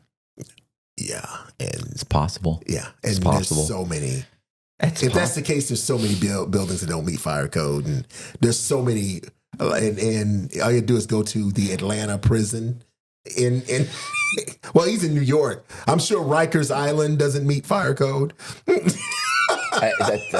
Anyway, I don't see the. First of all, it's all made of concrete and steel. Nothing's where you can set fires in the middle of the building and it won't burn. My whole point is they don't give a F. Something not meeting code. Any of those code and every one of those code inspectors are getting their pockets lined every freaking day. You're making it sound like it's okay. It's not okay. It's not okay, but you're picking and choosing. You're like, okay, you did that, so I'll just pluck that out of. That's what they do all the time. That's true. So the money laundering is what? So he orchestrated them. Well, so it didn't look like the money is used for something different than what it's presented for. Right. Or aren't they giving individuals money and those people they're using them to launder that money back into his campaign? That or like Matt, I'm going to give you $40,000. Can you make sure his flight and hotel gets booked? Right. Oh yeah, I got you. What's the $40,000 for? It's for you, Matt. You're a great guy, but please make sure Eric Adams' flight and and you're like, okay, I'll pay for that. Or I'm gonna buy this from your company and I'm gonna pay this additional this. But by the way, it'd be great if you gave $500 or $1,000 to his campaign, which is what I did. I just went out to friends and family. I went to like 15 friends and family, and I went and said, hey, here's $500. I need you to write a check to this guy's campaign. And my employees were like, cool. Next, boom. I went to my sister, my brother-in-law, my parents. I went to all my employees. I went to general contractor. It took all day to do it. It was a pain in the ass. The next time when he came back for more money, I said, yeah, I'm not doing that again, bro. I'm just going to give you the cash. He literally took like $7,000 or $8,000 in cash from me. Nice guy. Yeah. Whatever happened to him? He never got indicted. Yeah, he did. He got indicted, not for that. He got indicted for the second thing when he was county commissioner, got indicted, went to trial. lost, got 3 years. They sent him to Coleman, but there was the FBI put a management variable on us. YouTube. Yeah. So he sat in the shoe for about a month. Oh, yeah. And then they shipped him somewhere else, like to Miami or something. Of course. That's the cream of the crop. Le creme. Yeah. So he went there. He was there for a couple of years, and then he got out. And then he went to work at the car dealership where my ex-wife's husband works. Because when he came, because that's what, before he was Kevin White initially was a police officer. Right. For Tampa PD. I want to say Tampa PD. Maybe it was sheriff. I think it was Tampa PD. He got into a high-speed chase. They told him to call off the chase because it was too high speed. He didn't, and he got into a car accident, and he hit somebody. Sound familiar? And the people, they were waving like, hey, don't hit it. But he hit them. So as long as they wrote bad checks, they're covered. So he retired. At that point, once he got to the thing, he I don't know if he quit or whatever. He basically resigned somehow. He doesn't work there. After that, after an investigation, he stepped down. He then started working as a car salesman. I feel like I've heard that. I don't know if I think it was car salesman. And then very quickly became a finance manager, or went into the finance department, became a finance manager of a huge car dealership. Right. He then, while he was finance manager for 4 or 5 years, he then ran for city council, and that's when I met him. So anyway, after he eventually gets indicted, he gets indicted, goes to trial, loses, gets 3 years, gets out. He goes to work for a car dealership. I want to say it was a Nissan dealership. And then my ex-wife's husband, my ex-wife calls me one day, and she said, "Do you know Kevin White?" And I went, "Oh yeah, what's up? Did you see him?" Like I'm always willing to see some guy be like, "Hey, bro," because they're always like, "How you doing?" You're smiling and I'm they're not. smiling because I know inside they're burning up. So she goes, "Yeah." You're not going to believe this. What? She said, Nick is her husband. She goes, "Nick came home today." He goes, "So they hired this guy the other day," and I was thinking, God, that name sounds familiar. And he goes, he's a black guy, about 50 years old. Like he starts late 40s, early 50s. Starts saying, "Yeah, this is." He's like, and I kept thinking, like, God, I feel like I know him. And she goes, "What's his name?" He goes, "Kevin White." She's like, "Oh my God, that he is." I know. I looked it up. I went and looked it up and saw who he was, and Matt bribed him, and this and that. And then when I bribed him, this is what's up. I bribed this guy. Right. When the newspaper calls him about the bribes, you know what he said? Because when it came out, I was in prison. So I've been arrested. The FBI came to see me about the bribery charges. Right. And I tell them, of course, I'm trying to get out of prison. Did I bribe him? Did I? You don't know the half. They're like, well, we got 15 checks for $500 a piece. And some of these people don't even exist. These are fake people, like James Red, Brandon Green. All of them paid him too? They all, I was trying to launder the money. Right. So they're like, your family did, your employees, and all your employees all said, you came up to him, gave him $500, said, write a check. And my company, you could, as a company, you can donate up to $1,000. So I had three companies. They all gave $1,000. So wow. Anyway, they're like, what was this for? And they're like, why did you put so much money? I was like, oh, because I was trying to explain the whole thing. But the statute of limitations was up. And so they came back to me and said, hey, we're working an investigation where he's trying to get a tow truck company. And so I had a whole conversation on how the bribery worked, what he said. Did he ever pat you? They were about to wear a wire on him, and they want to know, did he pat you down? Like, we're about to wear a wire on this guy. Did he pat you down? I was like, no, he never patted me down. They're like, I mean, wouldn't he realize that he's bribery? I go, no. I said, this is just how things work. He's not that smart enough to think I'm going to pat you down. He just thinks, yeah, he's shaking you down. So anyway, so he goes to trial and everything. Well, while they're investigating that, this reporter is writing me, and I tell the reporter about it. Yeah, they came to see me about this and that. Because I'm sorry, the investigation was over. They grab him, they indict him and arrest him. He's about to go on trial. Well, the reporter's writing me because the reporter knows that the FBI investigated or interviewed me about him and that I had a bribery charges against him, right? Oh. That fell through. So he starts writing me and I explain, yeah, this is what I did. They came and talked to me, blah, blah, blah. Then they call my lawyer. And my lawyer says, yeah, no, the FBI came and talked to Matt about him and he was bribing him. So there's a huge article on the front page of the St. Petersburg Times, and I'm in jail. Yes, I think that's where I saw it. So of course you're in jail. I get called to the lieutenant's office. He puts the paper down. My picture's on the front page. He's like, "Is that you?" And I'm like, And he goes, "Cuff him up." They put cuffs on me and they brought me to the shoe for 45 days for my own security. So was that the reason why? Because they thought you were telling. No, I was telling. Right, but is that what the article said? The article, my lawyer is saying, oh yeah, the FBI came and Mr. Cox was cooperating in the investigation. Oh my God.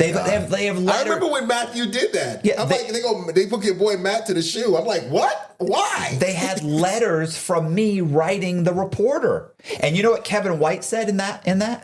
What? By the way, okay, you know what? Hold on. He had not been indicted yet. I think it was on the cusp. There was an investigation into him, but he thought he was going to skate it because he'd already beaten my indictment, he'd already skated my investigation. So he felt like he wasn't going to get indicted. So you know what he said to the paper? What? He said he's just a jailhouse snitch trying to get out of prison. Oh yes. And that 6 months later got indicted, went to trial, lost. Got 3 years. Never did he apologize for that statement. Very rude. Well, you didn't get anything for that. No, it was a true statement, but I didn't appreciate the word snitch. Oh, okay, no problem. Maybe she was cooperating witness, maybe.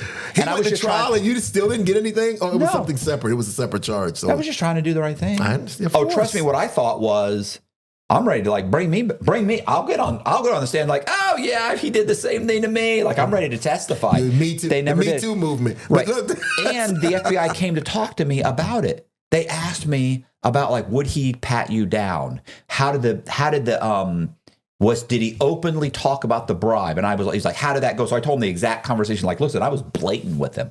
There was no ambiguity in the conversation. No wink, wink. Yeah. It was very good. I own this many lots. I want them zoned this. I pay this money. You get elected. You help me get these rezoned. Right. And he was like, absolutely. And it was no well, I can do what I can. I can't promise you. He's promising. Yeah. So they were just like, holy shit. So I helped further the investigation. I should have got my time cut for that. But they didn't. They fucked, they were. Of course. I think the real question is, when is he going to be on the podcast? We need to get him on the pod. I think somebody watching the podcast should reach out to Kevin White, and he should come on the podcast, and we can have a discussion about, one, the bribery charges when I bribed him, and two, we should have a discussion about the bribery charges that stuck and what it was like in prison, like him, and what's he doing now? I don't even know. Now, I don't know if he still works there. I don't know if he still works as a car salesman. Maybe he's in finance now. I don't know if working in finance for a car dealership, you have to be licensed or not. And I liked Kevin. We used to call Kevin Mr. Bling Bling. Do you remember the term bling bling? Yes. We called him Mr. Bling Bling. Does he blinged out? Yeah, he had rings and he always had a gold Rolex or something, and he would wear chains. I don't wear chains. I don't wear jewelry.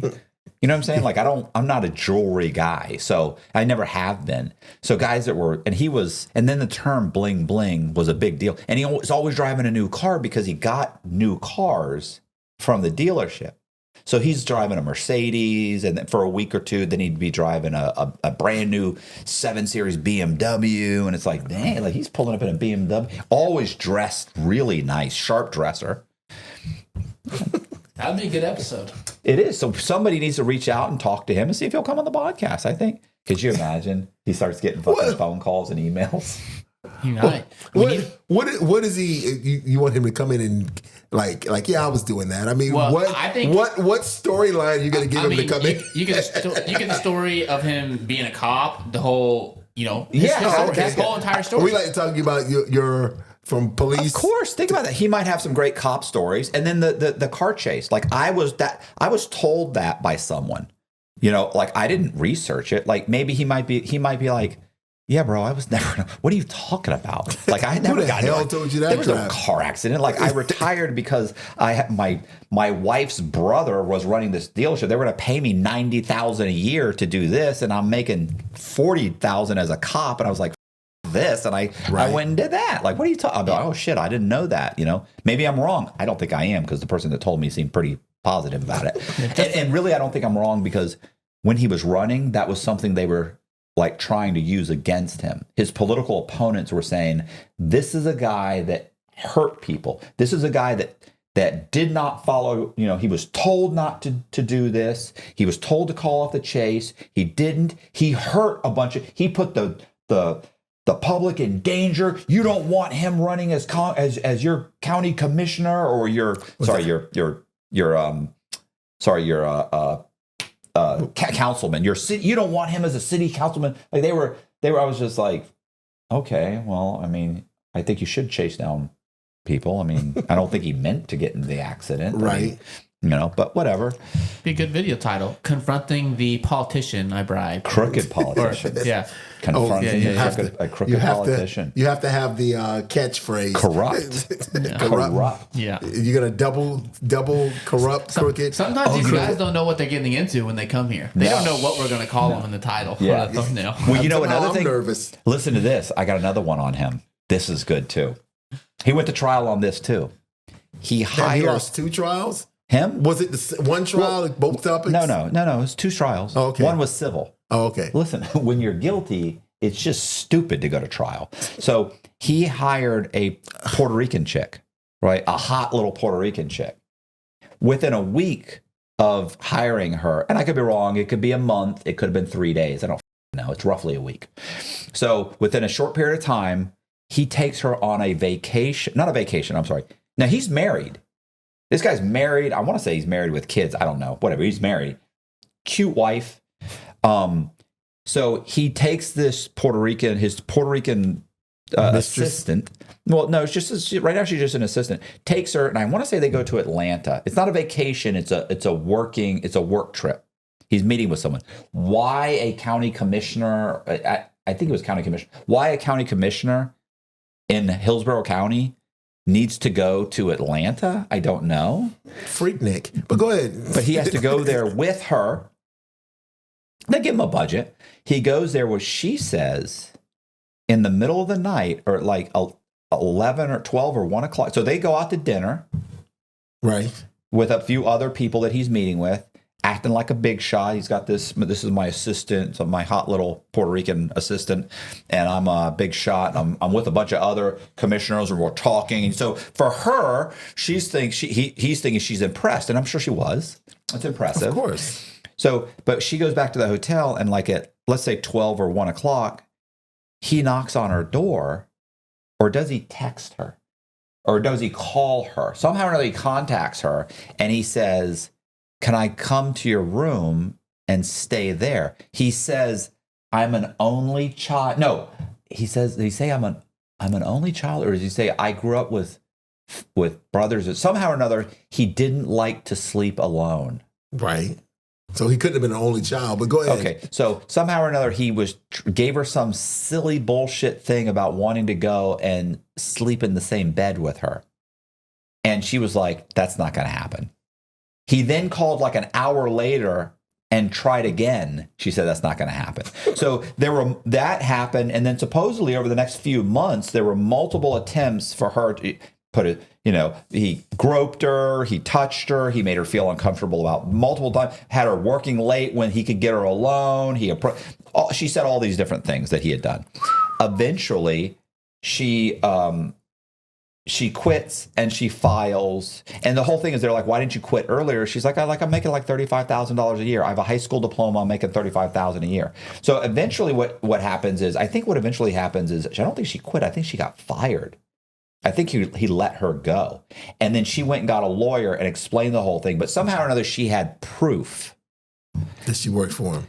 No, we know she worked for him. Proof of the offer. Yes. Proof of you're calling me at 11:30, 12:30, 1 o'clock in the morning. You're coming to my door. Bang, like I remember he came to the door at like 1 o'clock. Not aggressive. I don't think he's an aggressive guy. But still, you're making her feel uncomfortable. Right.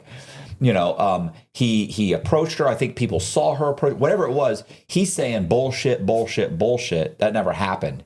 She's a liar. I fired her because she was incompetent. Well, you did hire somebody who has a high school diploma who's never worked in this capacity in her life as a secretary, and now you're expecting her to work for a county commissioner. That's a top level assistant. Right. Executive assistant. Sorry. She's never been an executive assistant. She's worked in like a factory, so she's young and she's like, I'm making $35,000 a year. I'm going on trips. She's like, so she put up with it for a little bit. She kept thinking if she told him no enough, he would eventually stop, but he didn't. And then eventually when he realized I'm not getting anywhere, he fired her.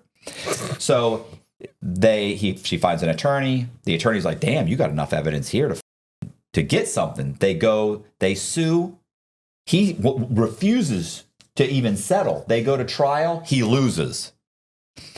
Ended up costing the county. I want to say $200,000 or $300,000 in legal fees, and they had to pay her. I don't think they paid her much. I want to say they paid, and it's all. By the way, it's all in the newspaper. Like there's articles, and they have the amount because it's all. They have if they'd settled, you could have quashed this, right. But instead, I want to say she got 80 or 100,000. Like I remember the legal fees. I think the legal fees were as much, if not more, than what she got. She didn't get a ton of money, but she wasn't even asking for a lot of money. And he wouldn't settle. Right. I guess his pride's like, why would I admit? Right. And he's got a wife. His wife's sitting in the trial. He can't admit to his wife. He's got to say, no, it's a shakedown. It's a shakedown. It's a shakedown. But you have to think his wife's sitting through. She sat through 2 trials. Right. Your husband don't want to own up to shit. That's a good podcast. Yeah, it'd be a good podcast if he owned up to it. You're acting like he would admit to that's what I'm saying. It would be a good podcast if he owned up to it. Oh, if he got okay. said, I didn't do anything. I didn't do. No, all those were fake allegations, and bro. The best podcasts are when these guys come on and they are unapologetically guilty, telling their truth, like whatever it is. Like, I don't want to share this. It's like. Well, I mean, he's out of politics. You would think, you know what I'm saying? But could you imagine him sitting here saying, I didn't accept a bribe. Me being like, yeah, because you've never accepted a bribe. Like, come on, bro. Who are you talking to? I bribed you. What kind of relationship you guys have anyway? Like, was he a cool guy? I liked him. I thought he was funny. I liked him. But keep in mind, I liked Ron Wilson too, and I dropped a dime on him the first chance I got. So how do you? I can compartmentalize very easily. I could date Casey Anthony. Did you ever think about inviting Ron on for a podcast? Of course. Casey Anthony. You know who that is? Yes. I'd date Casey Anthony. I wouldn't have kids with her. I'm very good at compartmentalizing. She seems like she'd be a lot of fun. No, she doesn't. No, she doesn't. Like, anyway, have kids. No. See, anyway, you gotta compare. You gotta do. This is what you're good for. My mind is, I didn't think she had that great of a personality. Anyway. Who, Casey Anthony? Casey Anthony. She was a pathological liar. I'm just joking. It's a joke. Okay, all right. God, what are you doing? What are you doing? Yeah, we really need a private investigator to track down some of these people. I got a private investigator. I can find him. You know what my problem, my concern is? My concern is reaching out to him and I don't know what he could say. White. We're talking about White, right? No, not Kevin White. Oh, you're talking about Kevin White. I could probably make 2 phone calls and get his phone number. Oh, okay. Listen, who are we talking about? I'm talking about Ron Wilson. Listen, Ron Wilson had a story. Ron Wilson had an amazing story. Listen, not only that, Ron Wilson had these great little anecdotes that had happened. Like when he was a kid, he would tell a story about. He was a great storyteller. He's a con man. He'd tell a story about when he was a kid. And I remember one time he grew up on a farm with his brother. And I remember one time There's no antidote to this story, bro. By the way, it's just a horrible story. But When did he get out though? Years ago. 6 months after he was supposed to. He only got 6 months? 6 months after he was supposed to. No, he said, when did he get out of prison? Yeah, 6 months after No. he was supposed to, right? No. He got an extra 6 months for my thing. Oh, but then he got out early. He got out. He did less than half his time because of COVID. He was in his 60s. So he got 19 and a half years on his first charge. I got him an extra 6 months. So he got 20 years. He only did like 8 or 9 years because COVID came along and they put him in for COVID. He got compassionate release, got released. Wow. Right. So my little 6 months didn't do, they didn't change. He didn't do one day on my 6 months, on the 6 months I gave him. They ran it consecutive. Right. No, COVID came out and he got he got released. He was supposed to do 20 years. Right. Listen, he got out in 8 because of COVID. Exactly. And you're saying he didn't do 1 day on your time. He didn't even do the first sentence. Correct. Because his second sentence was consecutive, so he never got to the second sentence. That's what you're saying. I'm actually agreeing with you, Matt. Technically, and you're jumping on my ass. You do it all the time, like, oh yeah, that kind of makes sense. Anyway, let's move on. So I'm saying, I remember he had a story one time where he said he grew up on a farm, and he said one day they had a dog. He was like 7 or 8 years old. He said his dad came in and he goes, Ron. He said, whatever, grab Skipper. And he goes, okay. So he grabbed Skipper. He said, come on, follow me. And they went walking out to where to where all the roosters, the hens, whatever, the hen house, the barn? the chickens were. Oh, goes out to where the chicken coops are. So he goes out to where the chicken coops are, and they're standing there. And his dad takes the dog, and he said, and he takes the dog, and he kind of holds the dog, and the dog's sitting there, and he takes his gun out. Boom! He shoots the dog, dead. Ron is like. He said, I'm standing there, I start crying. I'm like, oh my God. He's like, well, when I calm down, he looks at his dad and he goes, his dad looks at him, he says, listen to me. That dog's been sucking eggs. You know what sucking eggs is? Dogs will lick on an egg and they will suck out on an egg. They'll eat the yolk, right? They'll lick them and they suck them. And then they like it because it's food available, good food all the time. So they realize there's food in these things. So they'll constantly do it. You can't. And he looked at me. He said, once a dog starts sucking eggs, he said, you can't break it. He said, that's our food. He said, that dog had to go. And Ron went, like, he's like, okay. And he said, let's go to dinner. We'll go have dinner. I'm going to bury the dog. And he's like, and he would say stuff like, he'd tell you a story, right? And then he would have it connected to something. He'd say, once somebody does such and such, he's like, you can't have nothing to do with them again. Like that's it. He had like a clear line. I don't talk to that guy anymore. Why you can't get someone like that to stop? Told me one time, he lied to his dad one time. He said, I was supposed to clean something up and I didn't clean it up when I was supposed to. And he said, instead I did something else. But then he came back and he did clean it up. But his dad had told him, clean it up before you go do such and such. Whatever it was, he had lied to his father. Thought he got away with it. His dad goes, let's go out to the barn. And he thought, I'm good because I cleaned up. It's clean. Went out there, and I want to say they walked in. He said, did you clean up this such and such before you did whatever? And he was like, and I may have the story off. And it was like, yes, sir. And his father punched him straight in the face and knocked him to the ground. He's like when I was laying there, he's like, when I came to, I kind of looked up at him. He said, my dad reached down, put my hand, like he said, I reached up, grabbed his hand, pulled him up. He said, you didn't do it. You just lied to me. You did it. You didn't do it beforehand. You went and did whatever. He came back and then you did it. He said, don't ever lie to me, son. He said, yes, sir. He said, I never lie to that man again in my life. But I mean, he had these great stories and they were brutal. That's brutal. But he had great stories. And I mean, he could tell a story. And so his story was amazing. And then where he eventually, he starts working for different companies, went to try to go to college for a little bit. He said it just wasn't for him. Started working for these other companies. And then eventually when he went to work for a company and they started selling silver and gold, whatever, precious metals.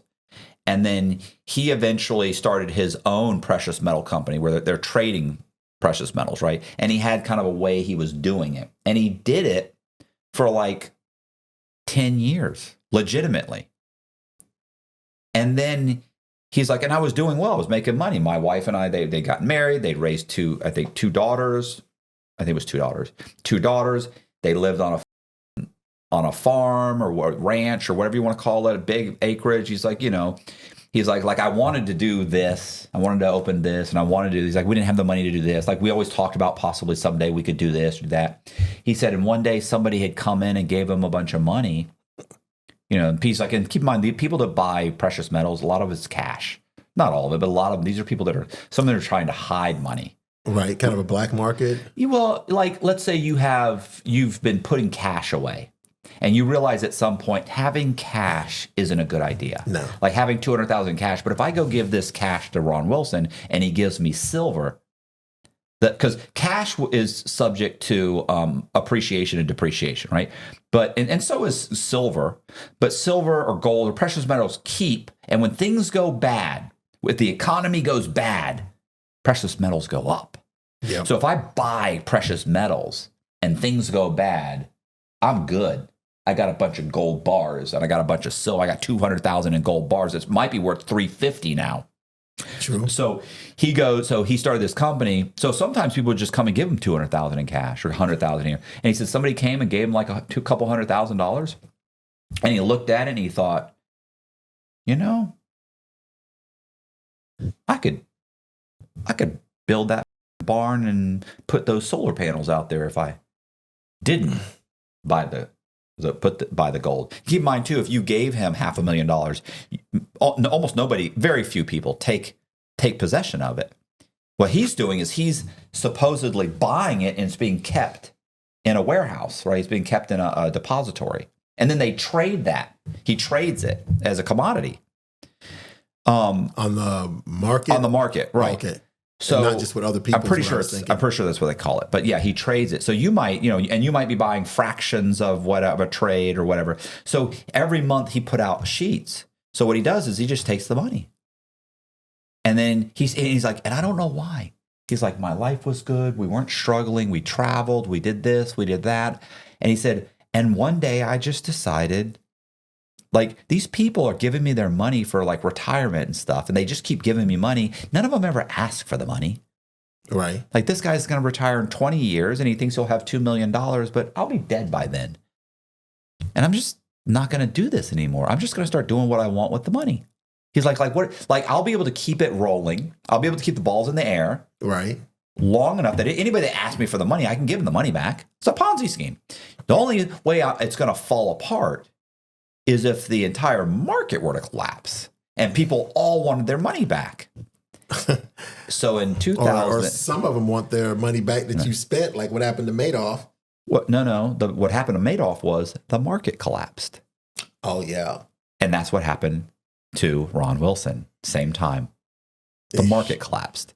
So when the market collapsed, people started asking for money, and he didn't. He did have the money, but it got to be a struggle. And then eventually the Secret Service showed up and started investigating, and he just went in he actually just showed up. He just went in there and got his lawyer, told his lawyer what was going on. They went in and he said, "You got me." So, but what's funny about that is that he had all of these amazing stories about people coming in. Like, there were sometimes he would tell a story about somebody and he would get extremely emotional, tear up, and start crying because he couldn't stomach what he had done. And then there were other times he would tell a brutal story and laugh about it. And I was like, it was like I remember this one time he told a story. He said, there was a woman. He said, her husband, she'd married, she was a trophy wife. She'd married an older man. He's probably 20 years older. He said she was getting to be about 40. He was in her 60s. Right. And he said, so, and he'd been buying from me regularly. Like, she'd come in and he said, she came in one day and she said, look, I want to buy some silver with you. And he goes, well, what's going on with you and John? She goes, we're getting divorced. And he goes, okay. She said, would you invest my money? He goes, yeah, let me call him, make sure it's okay. He goes, so I call John, and John says, yeah, it's not working out, and I'm getting up there. And and also, by the way, she had been diagnosed with cerebral palsy. And he goes, it wasn't so much that you could tell yet. He's like her hand was a little shaky, but you couldn't tell. He said, but it's a progressive disease. It gets worse and worse to the point where you can't get out of a fucking chair. He's like, so, he said, she had this money. And he said, yeah, she's been diagnosed and she's going to need to invest that money and this and that. We're about to be divorced and it's okay. He's like, like it's a good divorce. Right. Well, I'm okay with her, work with her. Okay. He says, fine. He says, I'd already taken all his money. He don't know it. He's got nothing left. But so he said, she went to him. She said, how much would if I gave you $100,000 in cash? And he goes, you mean cash? And he's like, cash. And she's like, yeah, $100,000 in cash. She said, how much could you make me in 10 years? Because in about 10 years, she's going to be in bad shape. Right. He goes, 10 years, you probably have about $1 million. And she was like, maybe more. Wow. What, maybe more. And he's like, on the safe bet. And he's like, well, I got a question for you. He goes, listen, you married that man in your 20s. You've been married 20 years. He's like, you knew this day has been coming for a long time. He goes, you squirreled away more money than $100,000. He said, what do you really have? Give me something to work with. And she went. And he's running a Ponzi scheme. And she said. Put his hand right in her panties to get her money. She leans back. He said, she went, I got $300,000 in cash. And he goes, you give me $300,000. He goes, 10 years from now, you will never have to worry about money again. And she said, I'll bring the money tomorrow. He goes, all right. And I was like, shit, cerebral palsy. He goes, I know. And I went, what'd you do with that 300,000? He goes, I bought this beautiful chariot that was, he said, it was 1820. It had been refurbished. He goes, and I put it in the Heritage. He had a museum. He goes, I put it in the Heritage Museum. He goes, it was gilded with gold. It was gorgeous. And I think we took some of that money, and my wife and I went to South Africa, and we went on a vacation for about 2 weeks. He said, yeah. And I just was like, and he was like, oh, that it was he said that it wasn't a charity, it was a coach. He was it was a beautiful coach. He goes, yeah, it's still, he said, still in the museum. Still in the museum. He said, Secret Service, like, they're selling that. The receiver sold all that. But still, he said, beautiful. And I just was like heartless. 300,000 from a person with cerebral palsy who was hoping in 10 years she'd never have to work again. Whew, got that money. That's Barrington's story. That's all those con men that deal with older people's story. But do you understand that there were other stories he would tell? And I mean, halfway through the story, he'd just start crying. So it was like, why was it that didn't affect you? But this story has you in tears. Well, he thinks something about that woman is deprived. Like, he feels like, I don't know, he thinks something about her is deprived. And listen, his sales techniques, he could tell you so many sales stories that would boggle your mind. He was so brazen. He was amazing. I mean, horrible person, but impressive. Very productive. I'm hard. It's hard for me to hate these guys. I want to. I know the right thing to do is how do you think he feels about you? Oh, I'm sure he actually, it's funny. We don't even have time. I've gone into this before. I know that he doesn't have a problem with me at all because he sent a message back. Because keep in mind, he was cooperating against his co-defendants. So he sent a message back through a guy who told him, this is a black guy that came up to me and told me, look, he just got in the compound. And he was like, listen, he was actually looking for me. He goes, a white guy named Matt Cox? And I was like, I'm Matt Cox. And he's like, oh shit. He's like, yo, bro, I got a question. He goes, I have a message from you from Ron Wilson. And I thought, holy shit, You know, like that's a bad, like that's not a good, like I'm like, oh shit, like that's gonna go, but it's about to go bad. You thought the black guys gonna whoop your ass? I thought he might be like, bow, you know, teach me a lesson, boom, smash me in the face. I'd be looking up at him from the ground. But he said it was actually at Count. I've told this story before. Anyway, he said, not to me. No. And not to all. No, I've told these guys. These guys I've heard this story.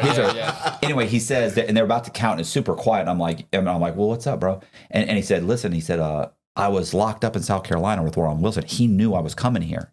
I was like, okay.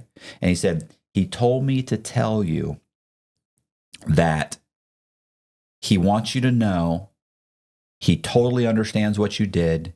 He's okay with it. He hopes you get as much time off as possible, and to let you know he found Jesus and he's going to be okay.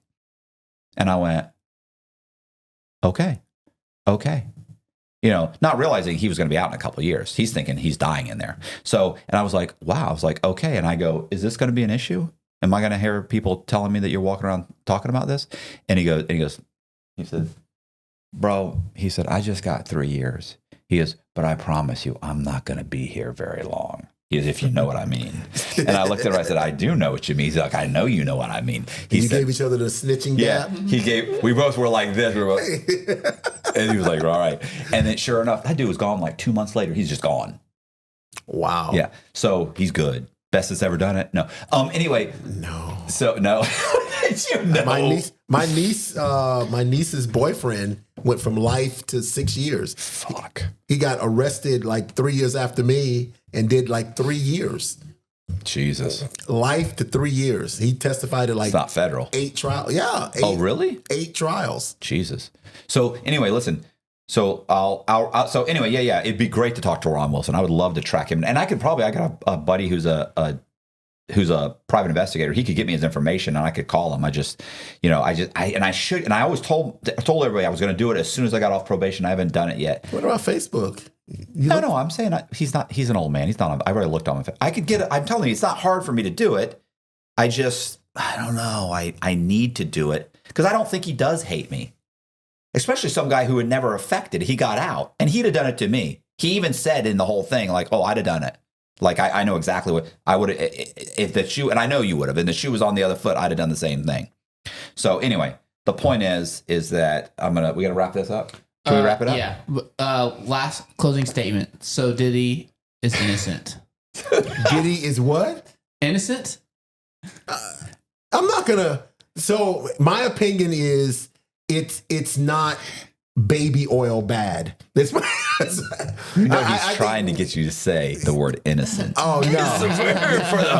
He wants the word innocent to come out of your mouth. I think it's not baby oil bad. I think it's just consensual freakiness that some people find offensive and some people don't. I don't think it's racket or what is it? RICO racketeering. You don't think it's RICO? You don't think it's RICO worthy? No. I everything is RICO worthy. And let me just say this real quick. When I was at Beaumont, I met a kid that was there on a RICO act when him and his buddies were rappers.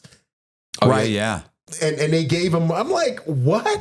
They gave him RICO and they put all kinds of acts in there, like how he had snatched one kid's iPhone one time and his mom made him give it back. And like he even said the judge was kind of like, I'm having a hard time understanding what these kids did. Right. He go, well, some of them were selling drugs and, it's just, come on, that RICO is ridiculous. Well, I think that it applies to like the mob. If you have a well-oiled machine. It was intended to apply to the mob. Right. You remember the woman in Georgia, the prosecutor in Georgia that charged Trump with RICO? But she also charged teachers who were getting together trying to raise the testing score. She gave them the RICO and got guilty pleas from all of them. Like, we're all teachers. And we're kind of like, we're going to help these kids. Like, we're going to try to get some more money and we're going to teach, get kids to get a higher score. Of course, probably sliding some answers.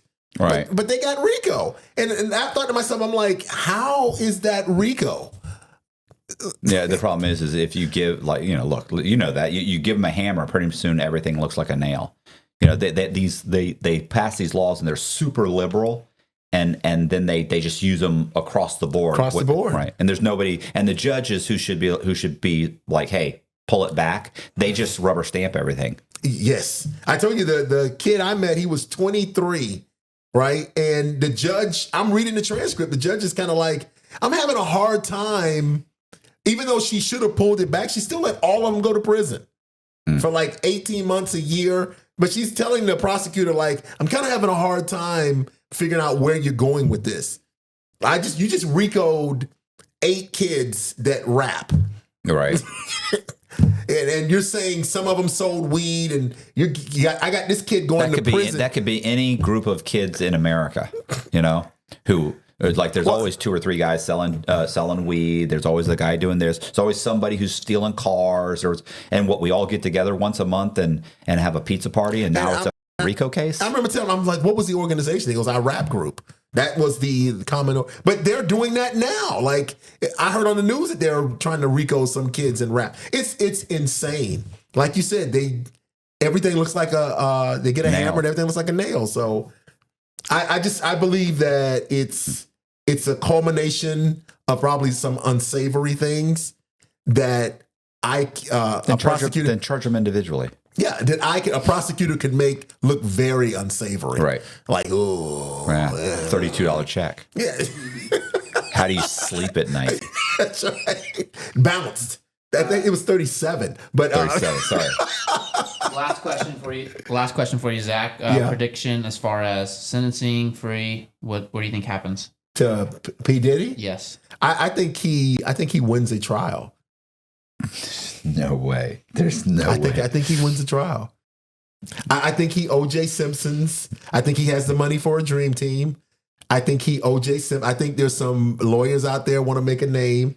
Like R. Kelly, completely guilty. It's minors, right? And like unquestionable. I think P. Diddy is just freaky and sexual, and I think he made too much noise and someone's trying to beat him down in place. And so I just don't believe that, like, reading the indictment, I'm like, you know, like, I disagree. You can make anything a crime, Matt. You know that. Yeah. Anything can be a crime. What was it? A felony a day? Yeah. Everybody commits one felony a day. Yeah. So and I think that's what they did to him.